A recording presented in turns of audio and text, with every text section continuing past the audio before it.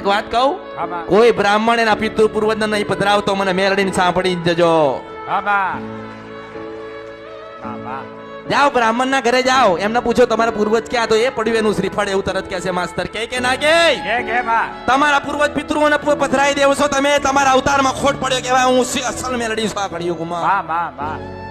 શું કહું ધોકો લઈને દોડું, પાછળ ધોકો લઈને દોડું, મારું શું કરું બહુ સમજાવું છું, સમજતા નથી ને પડી જાય ને વાગ, પછી પાટો બંધાઈને કે માતાજી 2 વર્ષ થઈ ગયા મળતું ને હું શું કરું.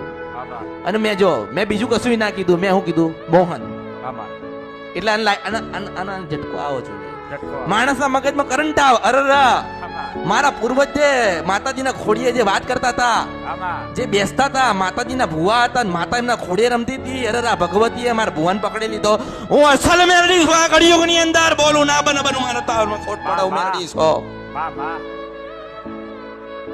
હવે તો હું કંટાળી આ માણસોથી માસ્તર. તમે જે કહો ને એ પ્રમાણે. અરે કીધું તો ખરી, બધું કરજે, 5 કિલો નહીં 50 કિલો કૃષ્ણ ભગવાન ની પાછળ ઘી ઓમજે. 2 વસ્તુ ખવડાવવાની હોય તો 5 વસ્તુ ખવડાવજે.